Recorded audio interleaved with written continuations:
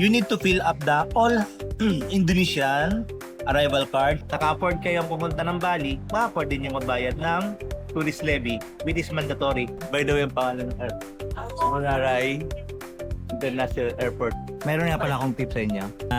Halimbawa, pinapakita niyo sa meron kasi mga nag-a-assist.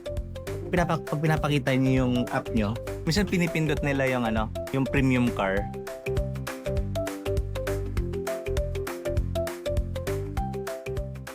What's up mga paps? So, welcome back to Papa Pets TV and meron tayong bagong travel vlog series and this time we are going to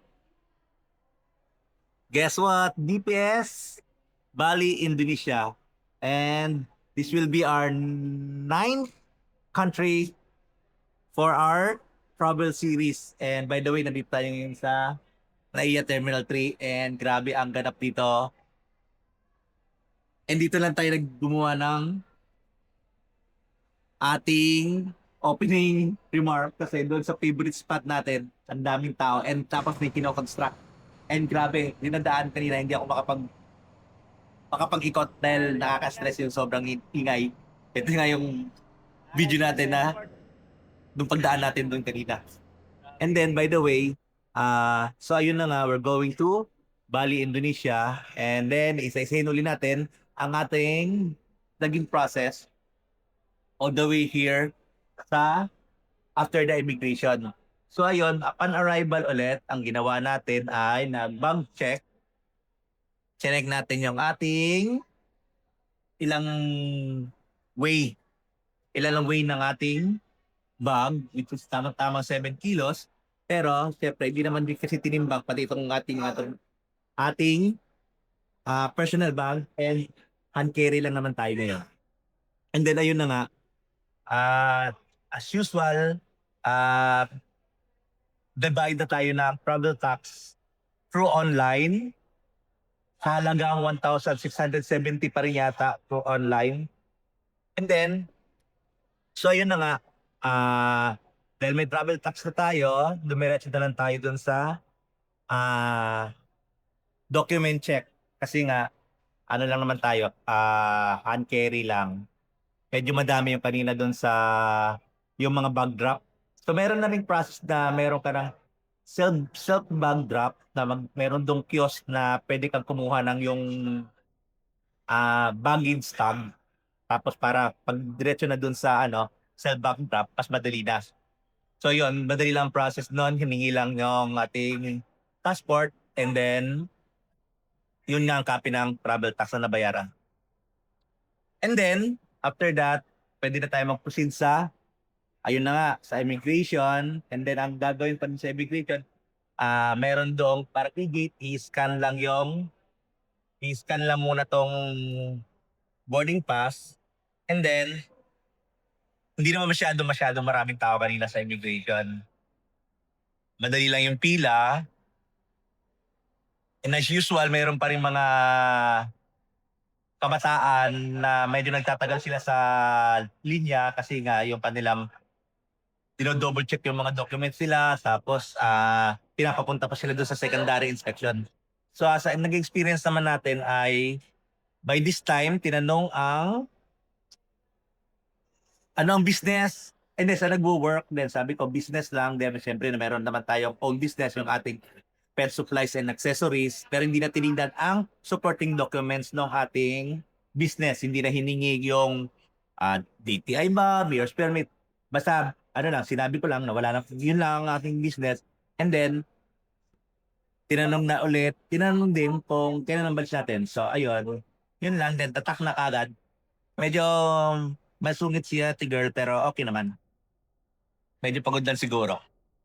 By that time, after that, yun na nga yung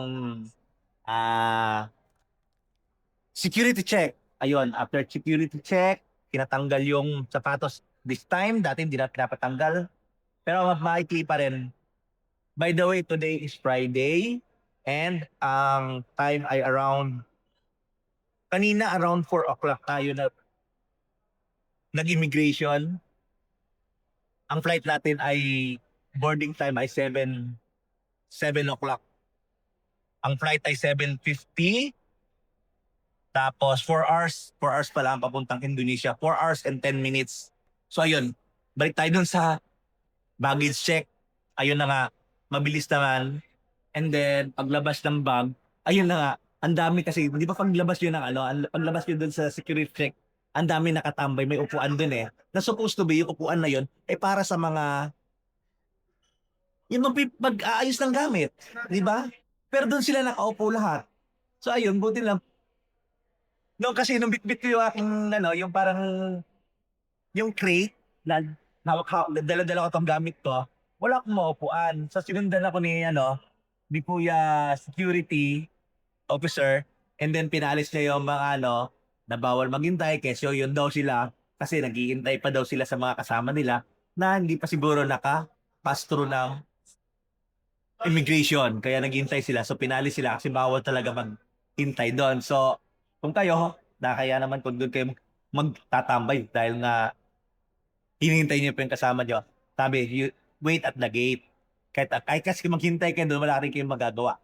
Kasi nandun, kahit na matagalan pa yung kasama niya, hindi rin yun siya matutulungan sa immigration. Anyway, ang haba na, ang dami ko ng dada. So, ayun.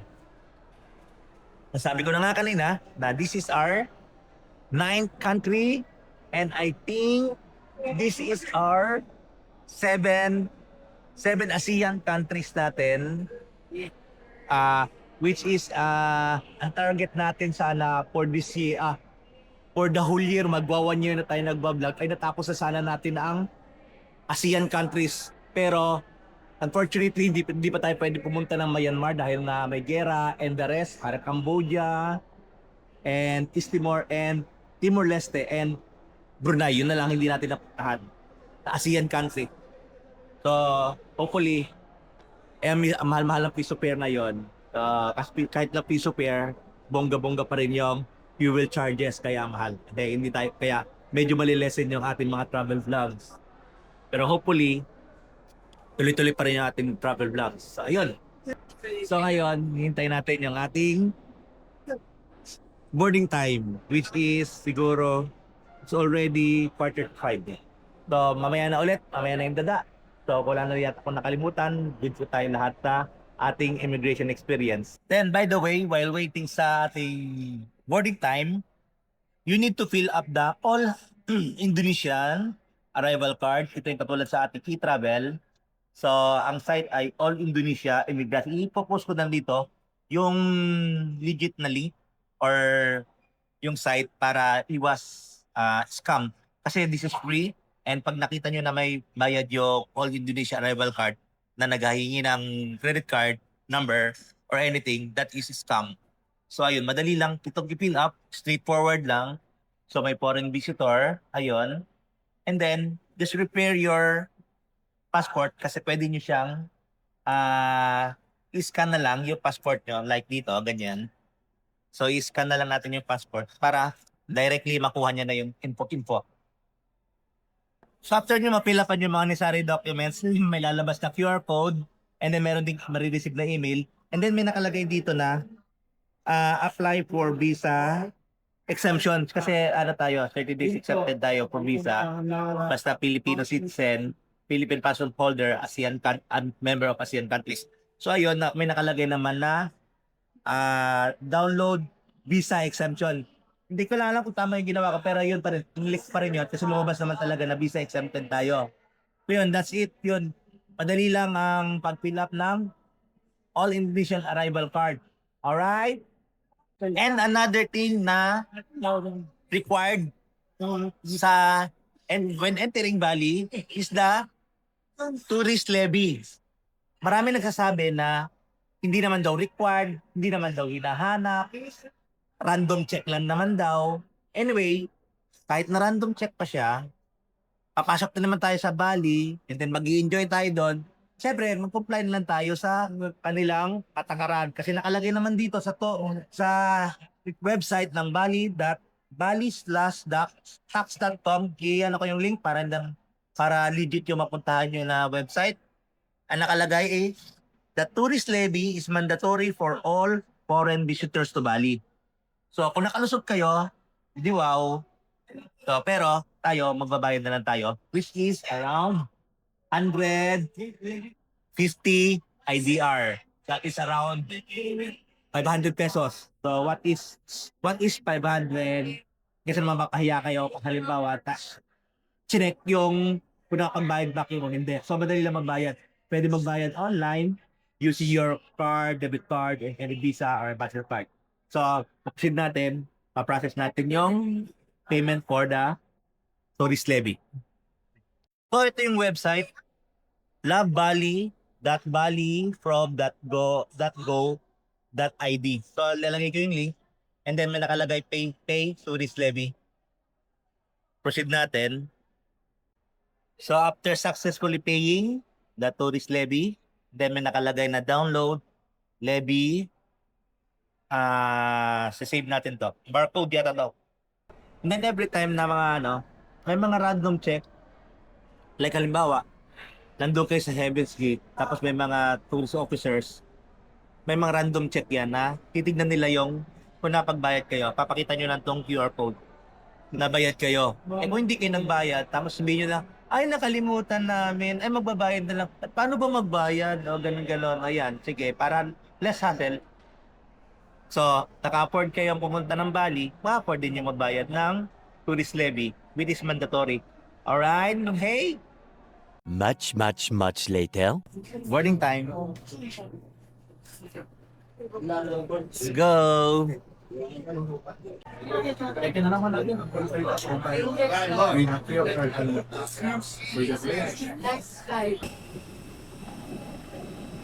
Ibang klase.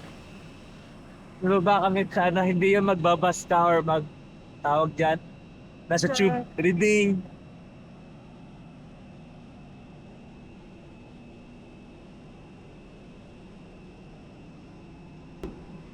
Good evening. Hi, welcome aboard. Hello, Good welcome evening. aboard. Seat numbers po on top. Yeah. 17F. Okay, first tayo. Ayan, maliit lang yung aeroplano. 17F. Nasa window seat tayo. Okay, pwesto muna. Seat, ang mga siya. 4 hours and I think 10 minutes plane ride. So, on time naman. Then, siguro konti lang passenger. Kasi konti lang din yung mga tao kanina sa boarding area. So, kita-kits in Bali. 12 o'clock midnight.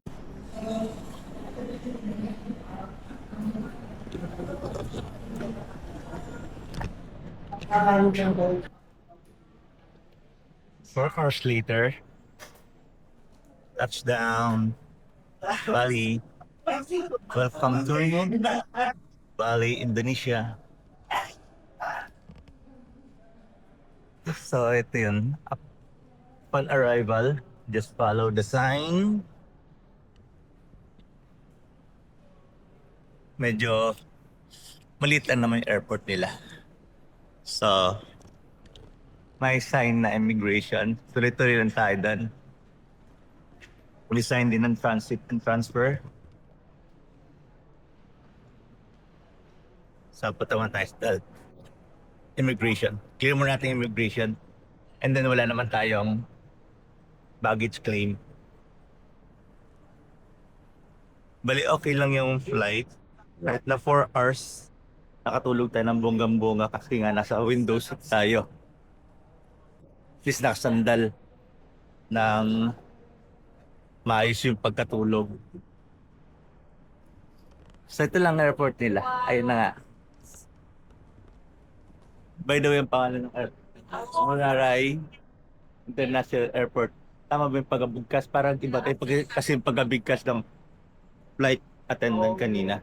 Monterrey International Airport. Okay, sige. Kita-kits tayo sa mga immigration. Kita ko lang airport nila. Ang ganda sa taas. Kita mo talaga na parang world class siya. Na kahit maliit lang yung airport, cutie siya. Ayan na, linis. Ayan. tignan natin sa pagdating sa bandang labas. Paano magiging itsura ng airport. Map ng Bali. Then, di pa ako familiar sa mga sa mga image na yan, structure na yan. Ayan. Basta alam ko, yung bird, ayan yata yung bird nila na Garuda. And then, it's already 12, past 12. And walang time difference between Philippines and Malaysia. Philippines and Indonesia. And then, ayun nga, pagdating dito, yung mga hindi pa nakapag-fill up ng All Indonesia Arrival Card, ayan, ginagawa nila ngayon, kaya nandyan sila. So, yun nga. Pinakita ko na sa inyo kung paano mag-fill up ng All Indonesia Arrival Card. And then after that, kung naka-fill up kayo niyan, sasabihin dun na you are qualified to use the e-gate. Dalawang klase. Ang pwedeng physical, andali lang, immigration na yata rito. So hindi na ako magbibideo. Ito na ang part, immigration. So, kita-kits tayo doon. It's either e-gate or yung mismong immigration. So ito, mayroon nakalagay ng mga visa on arrival para sa mga foreigner yan. Tayo visa exempt nga tayo. Sige, later na lang ulit. So we're done with the e-gate. Yes, doon. Meron din namang immigration IO officer kung gusto niya pa rin matatakan, pero mas madali yung e-gates pag naka-fill up na kayo ng All Indonesia Arrival Card. And then dito na part ay yung mga baggage claim. After talaga. Right after right after immigration, ito na yung baggage claim. Yan. So dahil wala naman tayong baggage claim, proceed na tayo sa labas. And so far, hindi pa hinahanap yung ating tourist levy na binayaran. Anyway, nagbayad pa rin tayo. Kasi nakalagay naman doon, always bring your voucher pag nasa mga tourist spot. Kasi may mga on the spot na mga random check ng voucher para hindi kayo mapahiya na hindi kayo nagbayad. Okay. Let's go sa labas. Kaya hindi na tayo makikipagulo dyan sa baggage claim. Kaya always naman tayo laging no baggage. Lagi tayo hand carry lang. So, dito naman na part, meron silang dinadaanan dito. Tignan natin, ano to? Line for passengers only. So, sige, mamaya tayo. Custom na rito. Okay. Punta mo tayo sa custom. So, after dun sa baggage claim, di ba? Yun na nga. Dadaan dun sa parang mismong custom. Doon i-scan yung All Indonesia Arrival Card. And then after ma-scan yung yung All Indonesia, yung QR code, ay dito yung dadaan ulit sa parang X-ray machine. I-screen ang mga hand carry bag. Lahat ulit i-screen nila. Stricto sila, maraming na-hold ng mga foreigner. Meron siguro nakalusot sa from origin country pero hindi makakalusot dito. By the way, anyway, nandito na tayo ngayon sa, ayan, pagbungad nyo rito, paglabas doon, eto na kagad, mga money changer. So, dito na siguro tayo magpapa-change muna. Parang tingin ko ang magandang exchange rate dito na ay sa BNI. Ito. So, tingnan natin ang exchange rate kung okay ba. I-compare natin sa Google rate. So yun, nakapa-change tayo rito. Ang dala natin ay 180 US dollar. Napalit na ng 2 million and 772. And then ang change rate nila ay 15.4. Ang sa Google rate ay 16.5. So, I think 20 pesos difference kung titingnan mo siya sa Google rate and then sa dito na rate. Pero the best na rate sa BNI kasi no commission. Ayan, dito lang. Right after nga ng yun doon sa custom. Ayan, right after ng custom. Ito, BNI. So mayroon na rin mga ATM machine ng BNI. Maganda rin siya na exchange rate ang ATM nila. So okay, proceed tayo. Okay, proceed. And then after dito, mayroon na mga transportation service kung wala pa kayong airport transfer. And then nagkalat na rito ang mga SIM cards and mga telecoms. Ang pinaka highly recommended na telecom ay itong Telkomsel. Okay daw siya within the whole valley and kahit nasa province ng Nusa Penida pag nag-transfer kayo. So highly recommended ang Telkomsel na eSIM at saka SIM card. Pero sabi nila and then nga pala second is ang XL. After Telkomsel ang XL. Pero ang sabi nila pricey daw ang mga SIM card dito sa airport. So mas better kung meron na kayong ang ating palang kinuha ay Telkomsel sa Klook tayo kumuha. Which is, I think, screenshot ko rito, I think, 5 gig for 7 days around 200 plus pesos lang. So unlike, hindi naman natin kailangan ng mga unli data or yung SIM card talaga. Which is mas mura sana kung SIM card. Kung staying longer dito sa Bali and kailangan nyo ng unlimited data, mas mura kung SIM card. Pero dapat doon na kayo bumili sa 7-Eleven, sa Alphamart. Pagdating nyo sa kung saan man kayo nag-stay. Mas mura doon compared dito sa airport. So okay, diretso muna tayo. Ang dami na nating dada. It's currently 12:30 and dito banda, mayroon na mga bukas na pa na mga diner and then may bukas din na Starbucks. Ito yung pinakamalapit na after na sa arrival area. Ito na yung maghihintay na yung mga susundo sa inyo. Ito na mismo. Ayan na. Makita nyo na dyan. Nandyan na yung mga pangalan nyo kung meron kayong naka-prepare na airport transfer. Pero dito tatry natin ay ang dalawang pwede rito, Grab and Gojek. Which is cheaper ang Gojek pero tatry pa rin natin i-book. And then i-compare natin. Tatry natin sa app.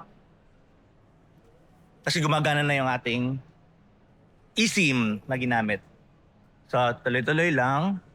Hanapin natin yung booking area ng Grab. I think doon banda. So tingnan mo natin dito gaano kaganda. Ayan o. Right after doon sa exit ng di ba ito yung mga nag-intay na mga airport transfer. Dito ang parking area ng yung mga airport transfer. Diyan kayo pupunta. And then meron din yung convenience store doon. So hindi na tayo pupunta dyan dahil ang Grab ay nandun. Doon tayo pupunta. Hanapin natin ang Grab or Gojek.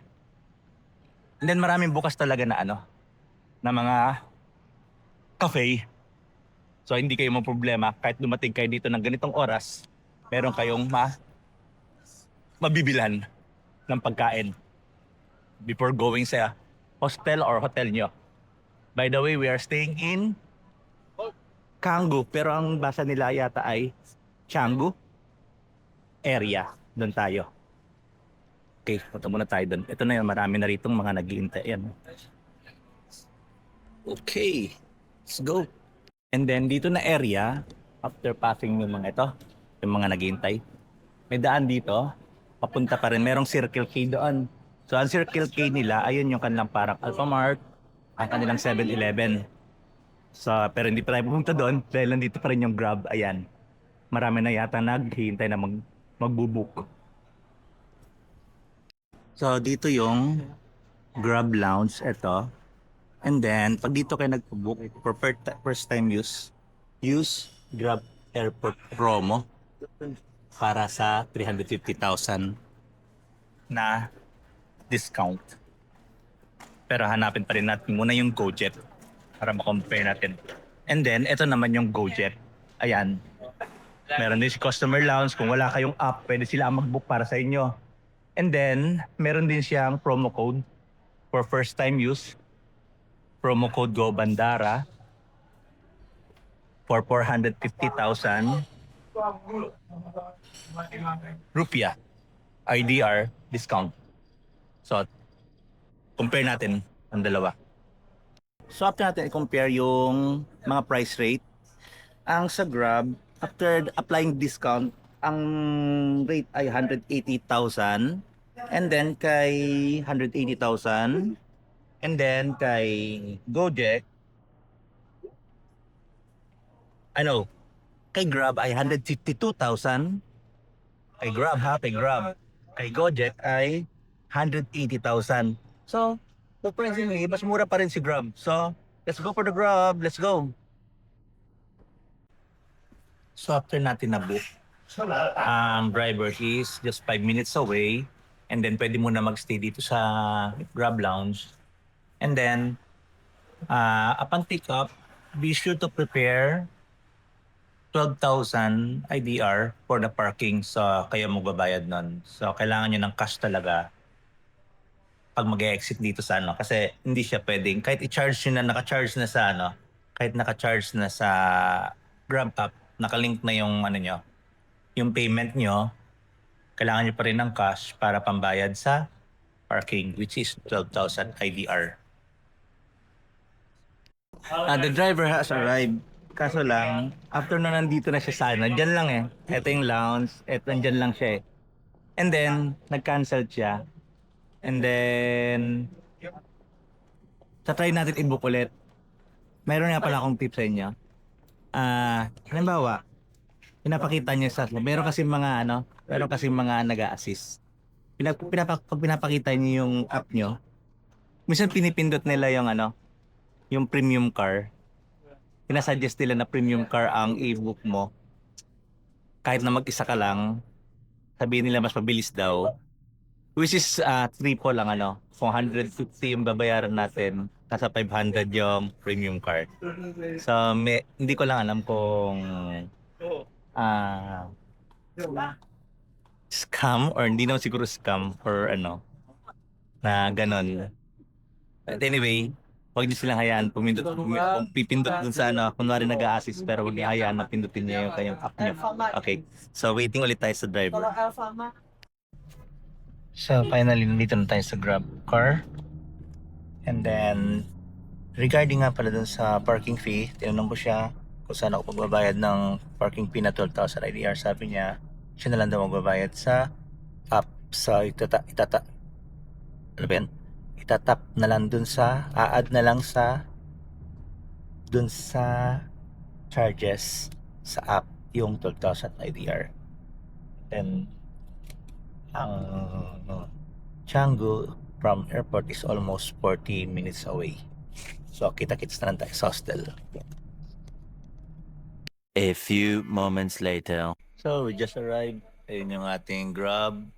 And then, wait na tayo ngayon sa ating hostel, which is roommates Canggu Hostel.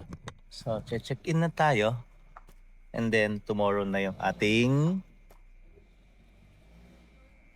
hostel tour or room tour dito sa Canggu. And then, dito na rin ako magpapaalam. Wait lang. Hanap tayo ng magandang light. Ayan. So, dito na rin ako magpapaalam. It's been a long day. Salamat sa pagsama from Manila to Bali. So, sana nakatulong yung guide natin sa mga tips on arrival here in Bali. Smooth arrival. And then, so, kita-kits tayo sa next series natin, which is marami tayong i-explore dito sa Bali. DIY style and excited din kasi nga for the whole duration of our stay here in Bali,